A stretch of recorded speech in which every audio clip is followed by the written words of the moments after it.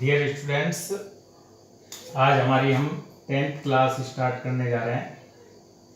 इस क्लास पिछली क्लास में जब 9वीं क्लास अपनी थी उसमें मैंने आपको बताया था कि अवाष्पशील विलेय युक्त विलयन का वाष्प दाब इस समीकरण के द्वारा बताया जाता है कि PS बराबर P नॉट X विलायक।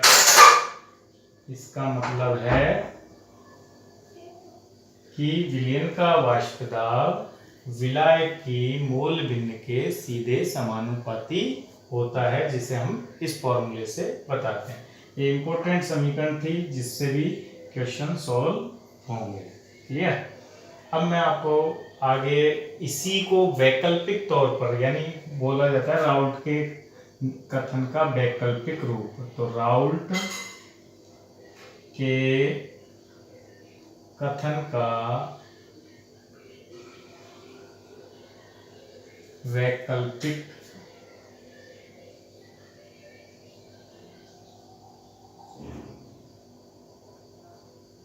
रूप। देखिए, हम जानते हैं कि ये है मेन कथन जो कहता है कि विलयन का वाष्प दाब विलायक के मोल भिन्न के समानुपाती होता है।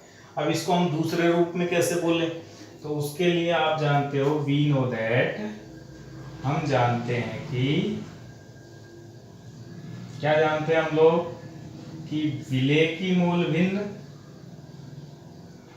विलेय प्लस विलायक की मोल भिन्न का योग क्या होता है? योग होता है 1 इकाई के बराबर। क्लियर? अब यहां से हमको विलायक का मूल अंश पता करना है, तो विलायक का मूल अंश पता करने के लिए इसको पक्षांतरण करके इधर ले जाते हैं।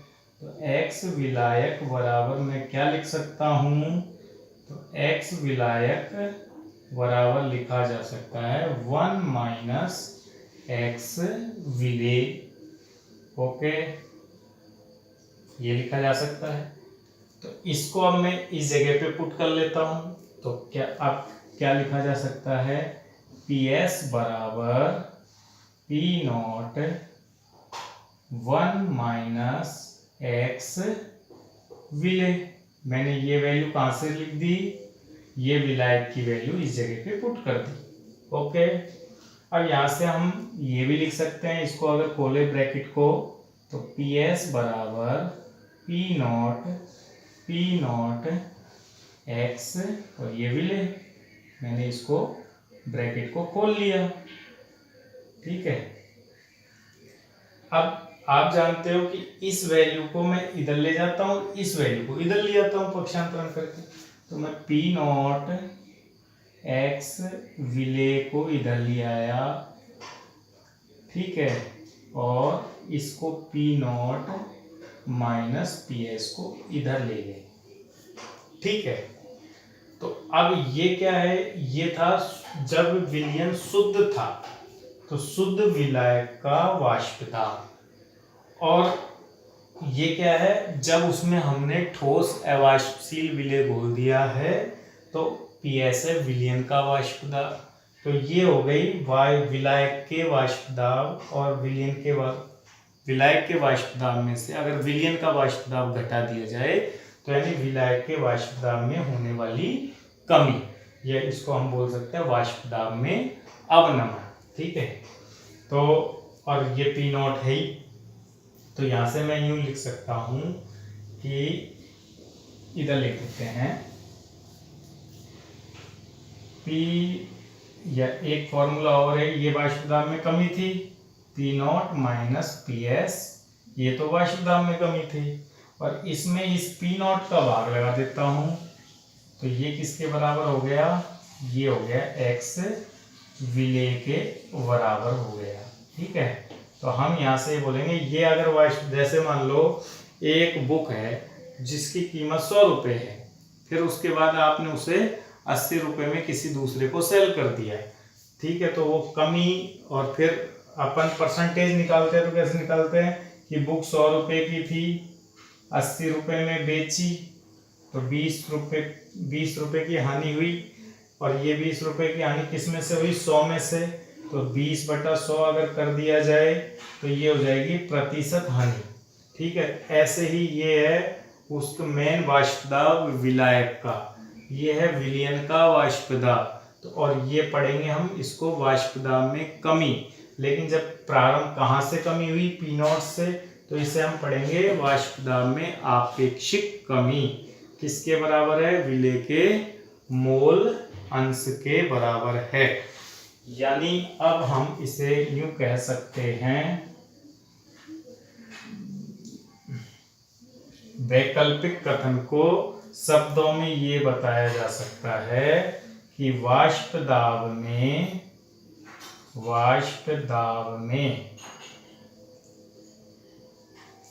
आपेक्षिक कमी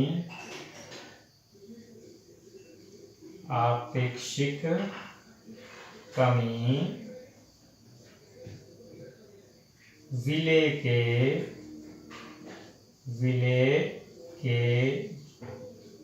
मोल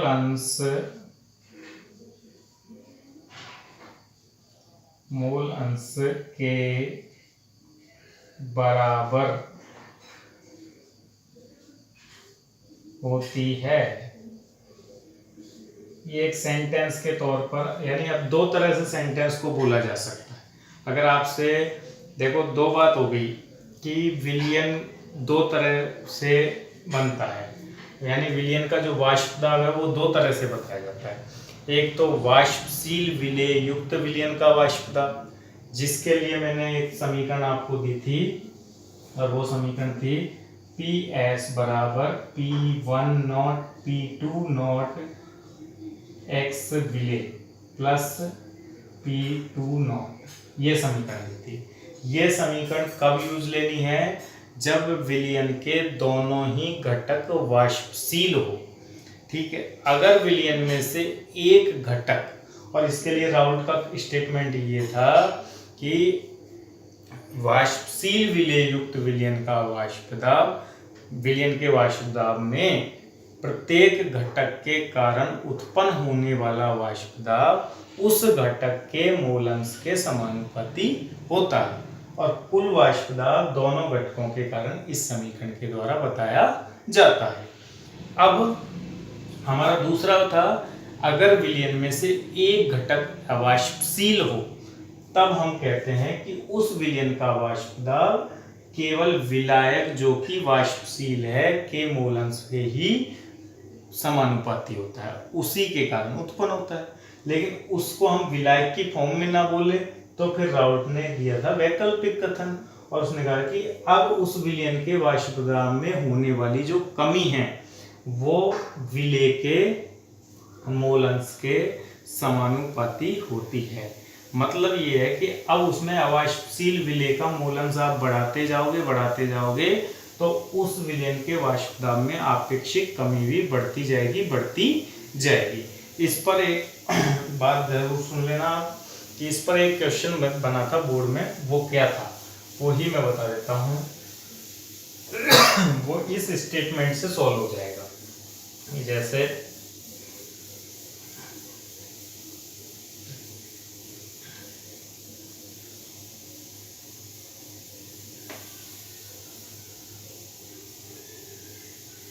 जैसे मान लो दो बीकर है, एक बीकर है 500 ml का, ये बीकर है 500 ml का। ठीक है, इसमें प्योर वाटर रखा हुआ है। ठीक है, और एक बीकर और है,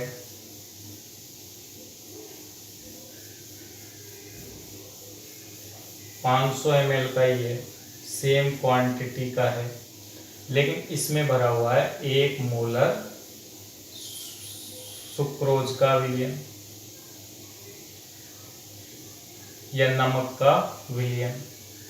ठीक है, बीकर एक नाम दे देता हूं इसको, बीकर ए, और इसको नाम दे देता हूं बीकर एन। आपको ये प्रॉब्लम MTG में भी मिल जाएगी और NCERT एग्जाम्पलर प्रॉब्लम्स में भी लिखी हुई है। फिर 2 बीकर लीजिए, एक बीकर में शुद्ध जल भरा हुआ है और दूसरे बीकर में 1 मोलर सुक्रोज या 1 मोलर नमक का विलयन भरा हुआ है। किस विलयन का परासरण, किस विलयन का वाष्प दाब अधिक है और क्यों? तो सॉल्यूशन देख लेते हैं। भाई इसमें तो केवल शुद्ध जल है, 500 ml ही है, तो इसका जो वाष्प दाब होगा वो होगा P0। कितना होगा? P0। लेकिन इसमें सुक्रोज या नमक क्या होता है? अवाष्पशील विलेय होते हैं, तो इसमें अवाष्पशील विलेय भी भरा हुआ है और हम जानते हैं कि अवाष्पशील विलेय युक्त विलयन का वाष्प दाब सदैव और सदैव शुद्ध विलायक की तुलना में कम होता है। क्यों होता है कम? उसका तो पहले तो लिख लेते हैं। सदैव अवाष्पशील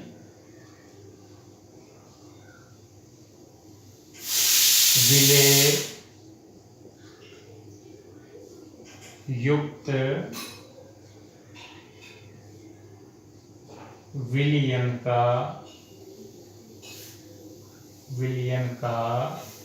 वाष्प दाब, जिसे हमने क्या माना था? PS, शुद्ध विलायक, ये लाइन बड़ी काम आने वाली लाइन है। शुद्ध विलायक जिसे हम बोलते हैं P0 से कम होता है। यानी मतलब ये हुआ कि P0 सदैव और सदैव PS से अधिक होता है। ठीक बात? तो ये आपका अब क्यों होता है, अगर हम इस क्यों पर भी विचार करें तो इसका भी जवाब ले लेते हैं कि क्यों होता है। वाय।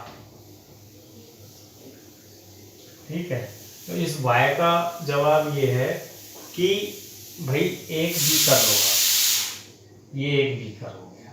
ठीक है, अब इस बीकर के अंदर हमने क्या रखा? केवल शुद्ध जल ही रखा, शुद्ध जल, और इसको हमने वेपोराइज होने दिया।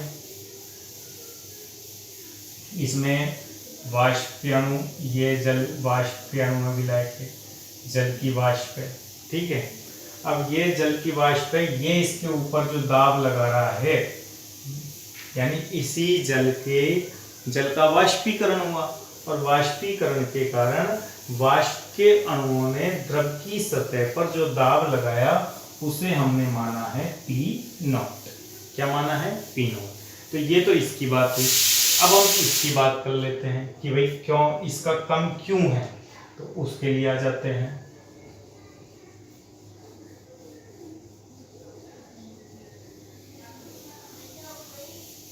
अब हम एक बीकर और ले रहे हैं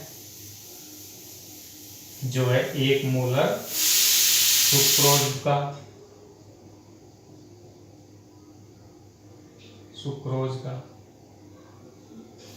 ठीक है, ये इसमें सुक्रोज भरी हुई है, इसको भी हम बंद कर देते हैं और इसका भी वाष्प। लेकिन ध्यान रखना, सुक्रोज के जो कण हैं वो भी तो सतह पर आएंगे, और सुक्रोज के कण होते हैं ठोस, और वो वेपोराइज नहीं होते, वाष्पशील नहीं होते हैं। तो अब इसके अंदर केवल जल के अणु ही वाष्पीकृत होंगे, लेकिन सुक्रोज के अणु वाष्पीकृत नहीं होंगे। और हाँ, सुक्रोज के जो ठोस कण हैं वो जल के अणुओं को वाष्पीकृत होने से रोकेंगे भी। जैसे कुछ जल के अणुओं को ऊर्जा मिल चुकी है और वो वेपोराइज होने जा रहे हैं, लेकिन जो ठोस कण सतह पर मौजूद है किसके? सुक्रोज के, वो उन्हें वाष्पीकृत होने से रोकेंगे।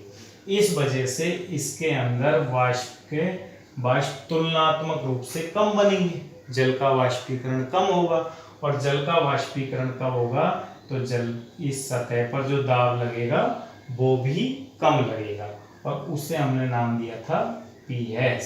तो बताओ पी नॉट ज्यादा कि पी एस ज्यादा, तो डेफिनेटली इसमें तो जल के अणु ज्यादा वाष्पीकृत हुए थे, तो इसका वाष्प दाब पी नॉट है, और इसमें जल के अणु कम वाष्पीकृत हुए थे क्योंकि ठोस के कणों ने वाष्पीकृत होने से रोक लिया था, तो पीएस क्या होगा, कम होगा। तो बात क्लियर हो गई कि सदैव अवाष्पशील विलेय युक्त विलयन का वाष्प दाब शुद्ध विलायक पी नॉट से कम होता है, क्योंकि ठोस के कण शुद्ध विलायक को वेपोराइज होने से रोक देते हैं और कम वाष्प बनने के कारण वाष्प दाब में कमी प्रेक्षित होती है। ठीक है, तो ये क्वेश्चन बनता है कि भाई कम क्यों होता है, तो उसका जवाब मैंने आपको दे दिया कि कम इसलिए होता है। अब सवाल ये उठता है कि भाई मैं कितना मिलाऊं, तो अभी हमने राउल्ट का नियम पढ़ा था कि कमी, जो कमी है वो किसके प्रोपोर्शनल है, विलेय के प्रोपोर्शनल है, अवाष्पशील विलेय के मोलंस के प्रोपोर्शनल है। यानी आप विलयन के अंदर विलेय का सांद्रता या मोलंस बढ़ाओगे तो ये कमी बढ़ती ही जाएगी, बढ़ती ही जाएगी। और अगर हम इसमें सुक्रोज 1 मोलर की जगह 2 मोलर बनाएं तो इस वाष्प दाब में और कमी आएगी, और ये कमी आएगी तो ये क्या अंतर क्या होगा, बढ़ता जाएगा। ठीक है, अब ऐसे न्यूमेरिकल यहाँ सॉल्व करने हैं आपको, मैं आपको कल के टॉपिक के अंदर, पहले आप सॉल्व करेंगे, कल के टॉपिक के अंदर मैं आपको ये बताऊंगा कि भाई ये कमी कितना मिलाने पर कितनी आती है। ये तो हमने थ्योरेटिकल पोर्शन ले लिया कि अवाष्पशील विलेय मिलाने पर विलयन के वाष्प दाब में कमी आती है, लेकिन हम कितना मिलाएं तो कितनी कमी आएगी, ये न्यूमेरिकल पोर्शन है जिसके एक्सरसाइज में न्यूमेरिकल भी हम कल करेंगे। ठीक है, तो अभी थ्योरेटिकल पोर्शन कम क्लियर हो गया कि राउल्ट ने बताया है कि कमी आती है। अब हम राउल्ट के नियम पर के बेसिस पर विलयन के प्रकार भी पढ़ेंगे कि भाई विलयन कितने प्रकार के होते हैं, और इस पर बेस्ड न्यूमेरिकल भी लेंगे। तो मैं आपको आउटलाइन बता दूं जो हम कल के टॉपिक में ही लेंगे, क्योंकि पहले न्यूमेरिकल लेंगे कि पहले कौन कौन से न्यूमेरिकल, तो जो स्टूडेंट अगर सॉल्व करेगा राउल्ट के नियम पर बेसिस न्यूमेरिकल वो मुझे कल भेजेगा तो मैं उसे बता भी पाऊंगा। अभी मुझे एक स्टूडेंट ने प्रॉब्लम भी भेजी थी, लेकिन चूंकि अभी वीडियो बन रहा है उस मोबाइल से तो मैं उसको देख नहीं सकता, तो मैं उसको प्रॉब्लम को भी लेता, तो कल लेंगे हम उन प्रॉब्लम्स को। अच्छा, दूसरी बात मैं ये और बता दूं आपको कि आउटलाइन कि अब हमको क्या स्टडी करना है, जिससे आप पहले से ही किताब एनसीईआरटी वगैरह सब में दिया हुआ है उसको भी आप ले लेंगे। ठीक है, तो अब हमने राउल्ट का स्टेटमेंट पढ़ लिया वाष्पशील विलेय युक्त विलयन के लिए और अवाष्पशील विलेय युक्त विलयन के लिए। अब राउल्ट के नियम को फॉलो करते हुए जो विलयन तैयार किए जाएंगे वो तो होंगे आदर्श विलयन। कैसे विलयन होंगे, आदर्श। और जो विलयन राउल्ट के नियम को फॉलो नहीं करेंगे, यानी जो मैंने अभी नियम बताए हैं उनको फॉलो नहीं करेंगे, वो होंगे अनादर्श विलयन। ठीक है, तो अब राउल्ट के नियम के बेसिस पे विलयन कितने प्रकार के पढ़े जाते हैं, 2 प्रकार के, आदर्श विलयन और अनादर्श विलयन। आदर्श विलयन की डेफिनेशन क्या हो जाती है, आदर्श विलयन की परिभाषा हमने लिखेंगे वे विलयन जो सदैव किसी भी सांद्रता और ताप पर राउल्ट के नियम की पालना करते हैं आदर्श विलयन कहलाते हैं। ठीक है, और वे विलयन जो राउल्ट के नियम की पालना नहीं करते वे कहलाते हैं अनादर्श विलयन। अब केवल ये तो हो गई आपकी डेफिनेशन, लेकिन कौन सा विलयन आदर्श बनेगा और कौन सा विलयन अनादर्श बनेगा, तो इसको पहचानने के हमारे पास 4 की पॉइंट है, उनको 1 बाय 1 हम लेंगे। मैं आपको इसके कंटेंट में इसको भेजूंगा, आदर्श और अनादर्श विलयन के लिए कि मैं आपको भेजने वाला हूँ कंटेंट के अंदर, इनमें अंतर क्या है। ठीक है, तो वो आपको बिल्कुल लिखित में कंटेंट मिल जाएगा, या मुझे लिखने की ज़रूरत नहीं है, फिर मैं उसको एक्सप्लेन कर दूँगा। ठीक है, थैंक यू।